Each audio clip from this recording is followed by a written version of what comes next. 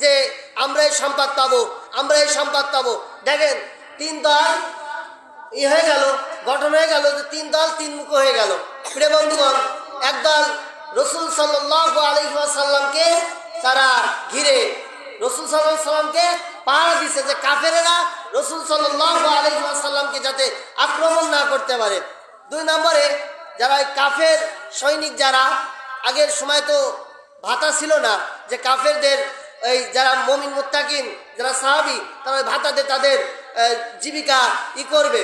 কিন্তু প্রিয় বন্ধুগণ, একদল কাফের তারা, দুই নম্বর দলগুলো কাফেরদেরকে তাড়াচ্ছে, আর তিন নম্বর দলগুলো মালামালগুলো গুছাচ্ছে আর কি। প্রিয় বন্ধুগণ, আল্লাহ রাব্বুল আলামিন সেই সময় নাজিল করে দিলেন ইয়াসআলুনাকা আনিল আনফাল। এই মালগুলো আল্লাহ রাব্বুল আলামিন বললেন, হে নবী আপনি তাদেরকে জানাই দেন এই মালগুলো কুলিল আনফাল, আপনি বলুন তাদেরকে এই মালগুলো আল্লাহ রাব্বুল আলামিন, কুলিল আনফাল লিল্লাহ। এদিকে খেয়াল করেন, লিল্লাহ আল্লাহ রাব্বুল আলামিনের জন্য, আর রাসূল এবং তার রাসূল সাল্লাল্লাহু আলাইহি ওয়াসাল্লামের জন্য। প্রিয় বন্ধুগণ, ফাত্তাকুল্লাহ, তারা যদি আল্লাহকে ভয় করে, ওয়াসলিহু দাতা বাইনিকুম, তারা যে তর্ক বিতর্ক করেছিল এই ওয়াসলিহু তারা যেন সংশোধন করে নেয়। বাইনাকুম ওয়াতিউল্লাহ ওয়া রাসূলহু ইন কুনতুম মুমিনিন, তারা যদি প্রকৃত মুমিন হয় এবং আল্লাহকে যদি ভালোবাসে তাহলে তারা একে অপরের কাছে ক্ষমা চেয়ে নেয়। প্রিয় বন্ধুগণ, এলো সূরা আনফালের প্রথম নম্বর আয়াতে কালিমার তাফসীর, ওয়াতিউল্লাহ ওয়া রাসূলহু ইন কুনতুম মুমিনিন, যদি তারা মুমিন হয়। প্রিয় বন্ধুগণ, আসলে কথা বলার পরিস্থিতি এখানে থাকে না, তারপরেও কথা বলছি। প্রিয় ভাইরা, পর্দার আড়ালের সম্মানিতা মা এবং বোনেরা, মাদের জন্য ওয়াজ করি, অকরনা ফি বুয়ুতিকুন্না ওয়ালা তাবাররাজনা তাবাররুজাল জাহিলিয়াতিল উলা। যখন মা বোনেরা ঘর থেকে বাইর হবে তখন তারা যেন পর্দাটা মেনটেন করে চলতে পারে। মা বোনেরা খুশি তো? আপনারা পর্দাটা মেনটেন করে চলবেন। পর্দাবিহীন বাইরে বেরোনো যাবে না। কি বিহীন বাইরে বেরোনো যাবে না? আর প্রথম নম্বর শর্ত, স্বামীর অনুগত্য হওয়া লাগবে। আল্লাহর নবী রাসূল করিম সাল্লাল্লাহু আলাইহি ওয়াসাল্লাম বললেন, ও আমার সাহাবীরা, যদি আল্লাহ রাব্বুল আলামিনের পরে যদি কোনো মানুষের সিজদা দেওয়ার অনুমতি থাকতো তাহলে আমি রাসূল বলে দিতাম যে প্রত্যেকটা স্ত্রী, প্রত্যেকটা মহিলা তার স্বামীকে সিজদা দেবে, তার স্বামীর অনুগত্য করবে। কিন্তু তা আজকে তার উল্টোটা, ঠিক কিনা? আজকে তার উল্টোটা দেখি আমরা। আজকে মহিলারা বাজারে যাচ্ছে, মহিলারা ঘাটে যাচ্ছে, বিভিন্ন জায়গায় আজ মহিলারা। আল্লাহ রাসূল হাদিসের ভিতরে বলেন, যেই মহিলার চুল খোলা রেখে মহিলা বাইরে বেরোবে, যদি কোনো পুরুষ যদি ওই চুলগুলো দেখে, যত চুল দেখবে ওই চুলের এক একটা চুলের ভিতরে 70টা করে সাপ জড়িত থাকবে, আর ওই সাপগুলো ওই মহিলার মাথায় দংশন করতে থাকবে। কথা ক্লিয়ার? এই জন্য সবসময় জন্য আপনার শরীরের কোনো অঙ্গ যেন কোনো বেদনা পুরুষ আপনার শরীরের অঙ্গ যেন না দেখতে পারে। বন্ধুগণ, এখন পর্দার নামে যে জাহিলিয়াতের যুগ শুরু হয়েছে, মহিলারা এমন ভাবে পর্দা করে এটা পর্দাকে অপমান করা হয়।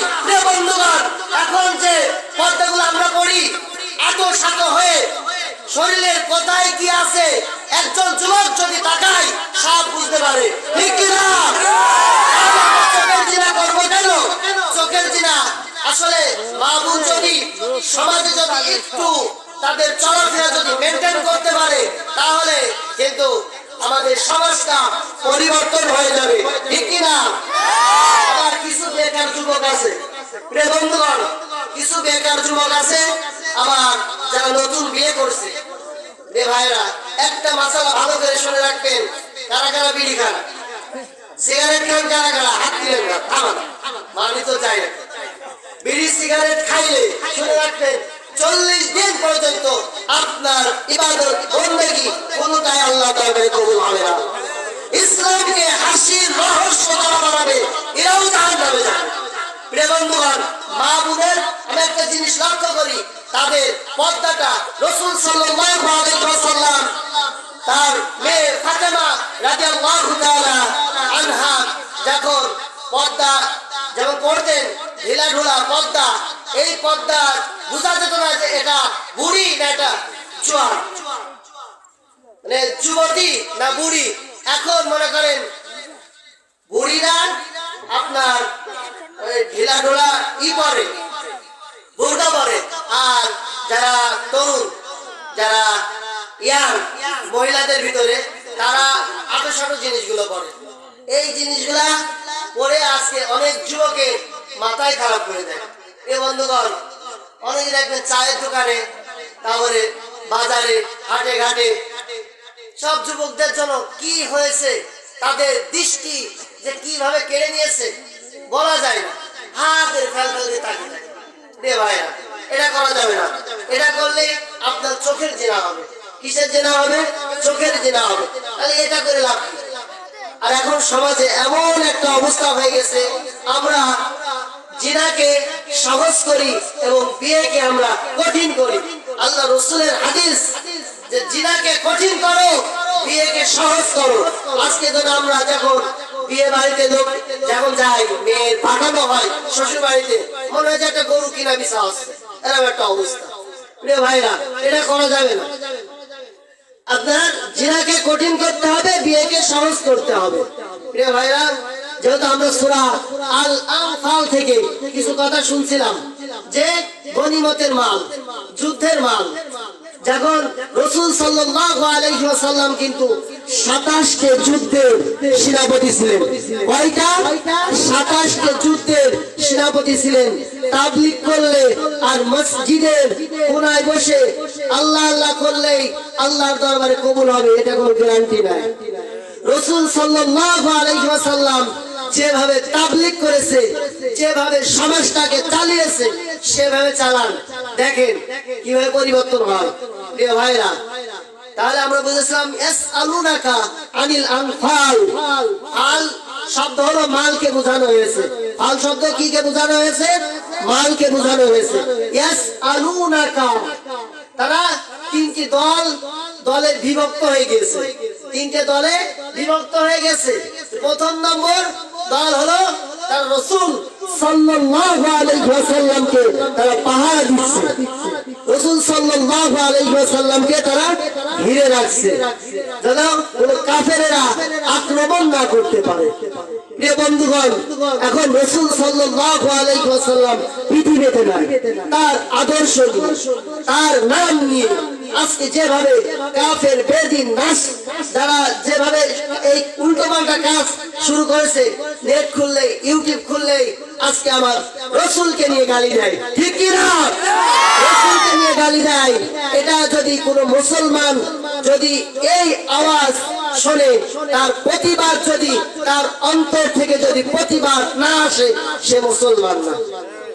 আমি কোন দলকে নিয়ে কোনো কথা বলবো না, আমি সরাসরি কোরআন থেকে কথা বলবো। তাফসীরের মূল পয়েন্টে আমি এখনো ঢুকতে পারি নাই, ইনশাআল্লাহ ঢুকবো। প্রিয় ভাইরা, ইয়াসআলুনাকা আনিল আনফাল, কথাগুলো আপনারা বুঝবেন। যে অল্প কয়েকজন বসেছেন, এবারে মূল তাফসীরে যাব, আপনারা কথাগুলো বুঝবেন আর সকালে যেন বদনাম করবেন না, কথাগুলো বুঝে নেবেন। ইয়াসআলুনাকা আনিল আনফাল, ফাল শব্দ বোঝানো হয়েছে মাল।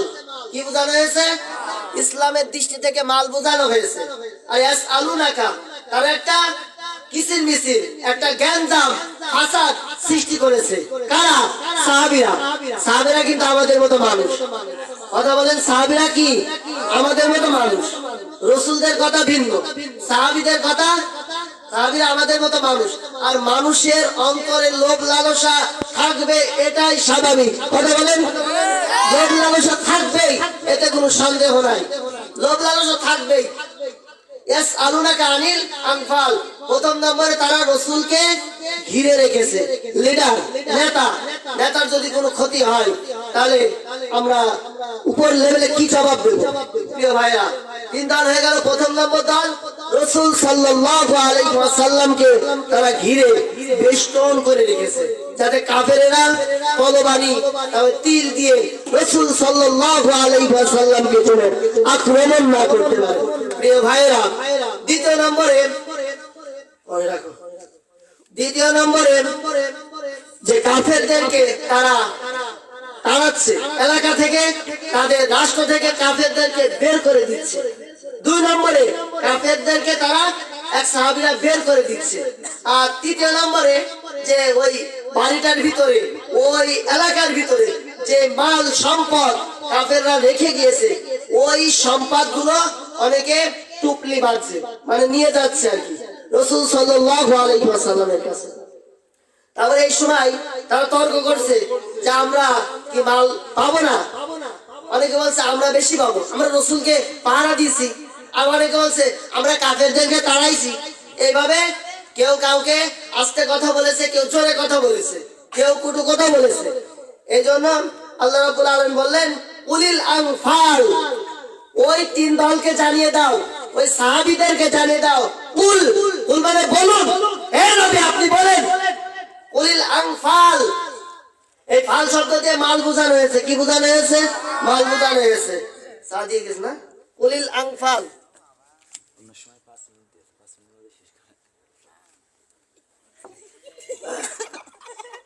উলিল আনফাল মাল বোঝানো হয়েছে। যে আল্লাহ রাব্বুল আলামিন বললেন যে এই মালগুলো আল্লাহ এবং আল্লাহ রাসূলের। কার বলেন? আল্লাহ এবং আল্লাহ রাসূলের। আর রাসূল, এই রাসূল, আল্লাহ রাসূলের কথা বলে দিয়েছেন ফাত্তাকুল্লাহ, তারা যদি আল্লাহকে ভয় করে। কাকে বলেন? আল্লাহকে ভয় করে।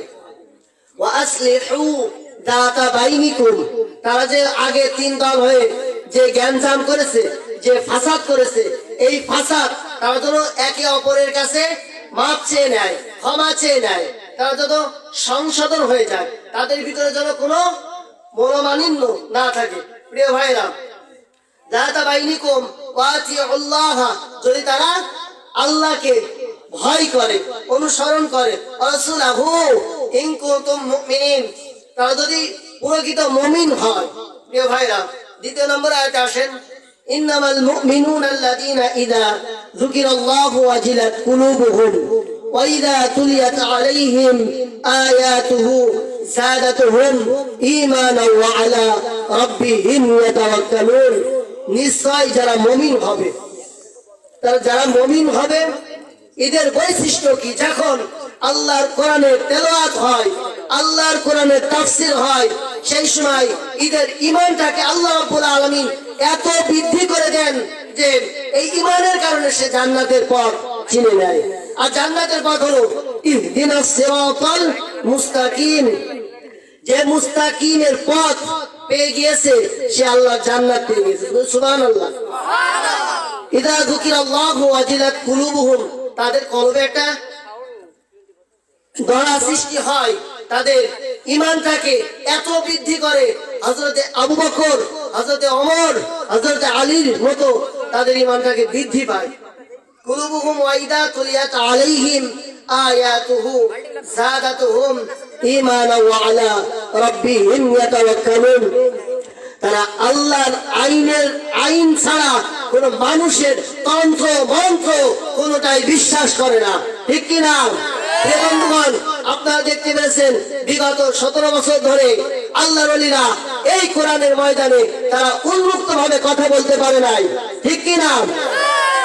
যেমন করে আমাদের কোরআনের পাখি আল্লামা দেলার হোসেন সাইদিকে তারা শহীদ করে দিয়েছে।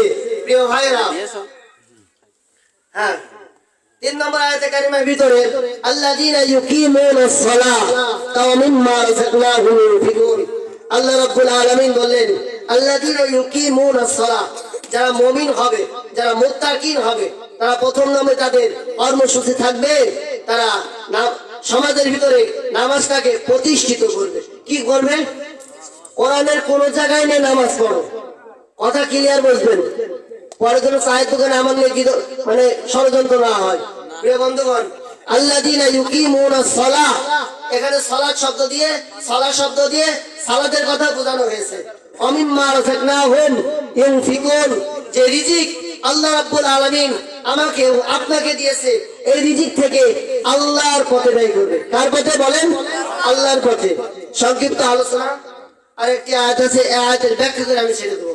প্রিয় ভাইরা, তাহলে দেখেন 4 নম্বর আয়াতে কারিমার ভিতরে আল্লাহ রাব্বুল আলামিন বলেন উলাইকা হুমুল মুমিনুনা হাক্কা, যারা উলাইকা ওরা হলো সফল হয়ে গেছে, মুমিনুনা হাক্কা লাহুম দারাজাতুন ইনদা রাব্বিহিম ওয়া মাগফিরাতু ওয়া রিজকুন কারীম। আল্লাহ রাব্বুল আলামিনের কাছে ওদের জন্য সম্মানিত জনক রিজিক আল্লাহ রাব্বুল আলামিন লিখে দিয়েছেন। প্রিয় ভাইরা, তাহলে এই কাজগুলো আমাদেরকে মেনটেন করা দরকার।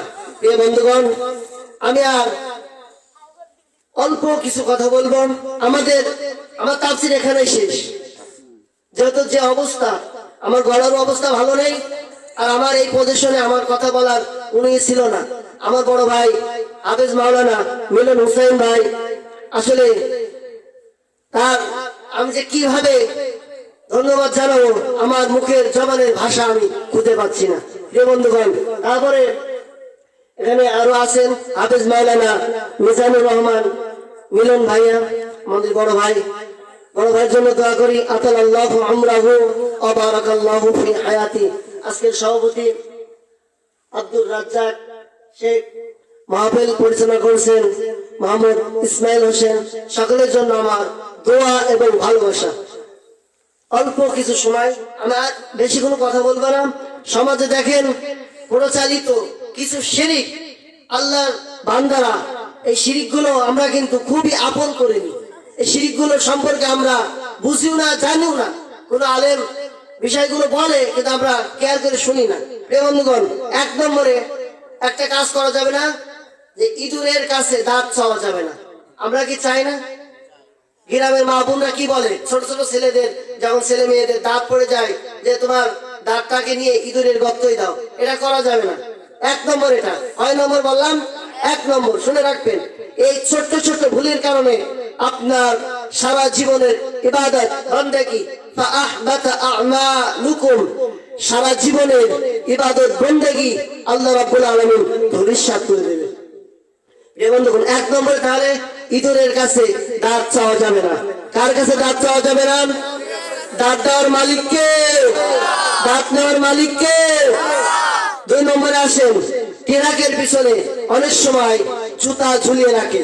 গাড়ি, ইজি বাইক বলেন, যে কোনো গাড়ি, ইঞ্জিন বহন গাড়িগুলোর ভিতরে পিছনে আমরা জুতা ঝুলিয়ে রাখি, ঝাঁটা ঝুলিয়ে রাখি, বারণ ঝুলিয়ে রাখি। এটা করা যাবে না। কি করা যাবে না? আমি এক ট্রাকালার জিজ্ঞাসা করলাম, ভাই জুতা ঝুলিয়ে রাখেন কেন? বলে হুজুর বদ নজরে বেঁচে থাকার জন্য, বদ নজর থেকে বেঁচে থাকার জন্য। 2 নম্বরে তাহলে ট্রাকের পিছনে জুতা, গাড়ির পিছনে জুতা ঝুলানো যাবে না। আবার অনেকে বাড়িতে জুতা ঝুলিয়ে রাখে, অনেকে আবার গরুর গলায় জুতা ঝুলিয়ে রাখে, বলে হুজুর বদ নজর থেকে বাঁচার জন্য। প্রিয় বন্ধুগণ, আল্লাহ বিপদ দেওয়ার মালিক, আল্লাহ সুস্থ করার মালিক। কি বললেন? আল্লাহ বিপদ দেওয়ার মালিক, আল্লাহ সুস্থ দেওয়ার মালিক।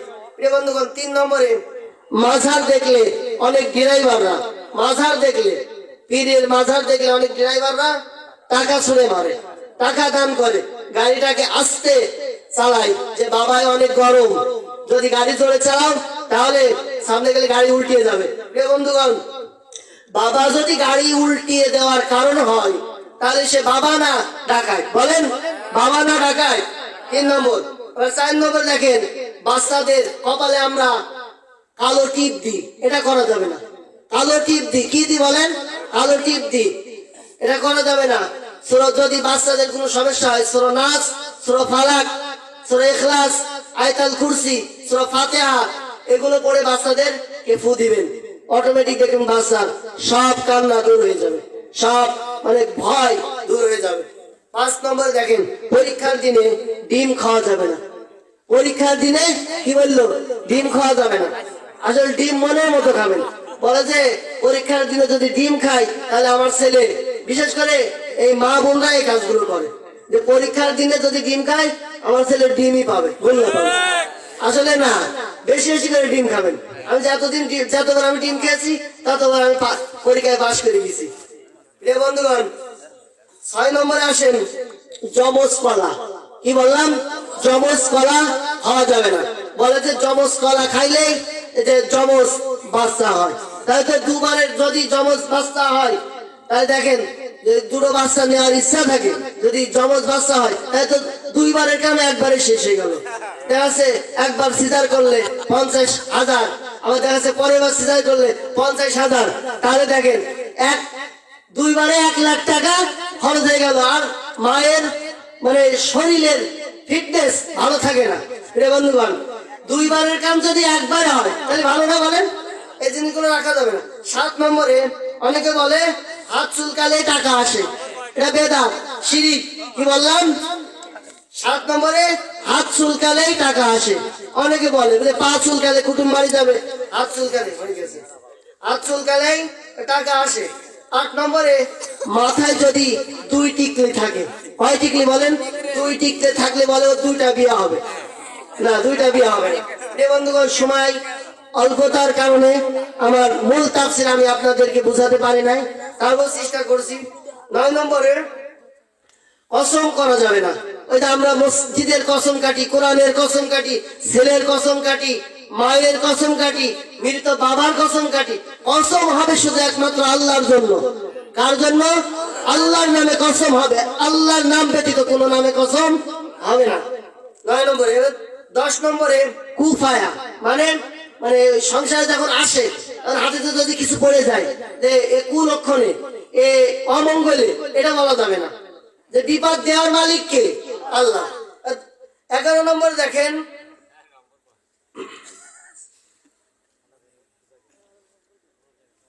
বন্ধুগণ, 11 নম্বরে অনেকে আমরা গণকের কাছে যাই। কার কাছে যাই বলেন? গণকের কাছে যাই। যে আমরা গণক বাবার হাতে হাত দেখাই, গণক বাবার হাত দেখে বলে দেয় তোর আয়ু এতদিন, তুই বড় লোক হবি। গণকের কাছে যেই ব্যক্তি যাবে তার 40 দিনের ইবাদত বন্দেগী আল্লাহর কাছে কবুল হবে না। কার কাছে বলেন? আল্লাহর কাছে কবুল হবে না। 12 নম্বরে হাতের রেখা দেখানো যাবে না, যে আমি এতদিনই বড় লোক হয়ে যাবো, এত কিছু হবো, এটা করা যাবে না। 13 নম্বরে এই যে তাগি, আমরা তাগি বান্ধি না, হাতে কালো তাগি, লাল ফিতা, এসব বাঁধা যাবে না। 14 নম্বরে হাতে সুতা বাঁধা যাবে না। 15 নম্বরে তাবিজ ঝোলানো যাবে না। কি যাবে না? তাবিজ ঝোলানো যাবে না। আমার যেহেতু সময় শেষ, তাহলে আমাদের মূল তাফসীর ছিল যে সূরা আনফালের 1, 2, 3, 4। আসলে কথা বোঝানোর মতো অভিজ্ঞতা, এই অভিজ্ঞতা আমার এখন হয়নি। তারপরেও মিলন ভাইয়ের ভালোবাসায় এবং আপনাদের ভালোবাসায় এখানে আমি আজকে বসতে পেরেছি। আমার জন্য সকলে দোয়া করবেন যেন আল্লাহ রাব্বুল আলামিন কথাগুলো গুছিয়ে যাতে কোরআনের ময়দানে কথা বলার তৌফিক আমাকে যেন ভিক্ষা দেন। সকলে বলে আমিন। যদি আমার বক্তৃতার ভিতরে যদি কেউ কোনো কষ্ট পেয়ে থাকেন তাহলে আল্লাহর রাস্তে আমাকে ক্ষমা করে দিবেন। কোন ব্যক্তির রাস্তে নয়, আল্লাহর রাস্তে ক্ষমা করে দিবেন।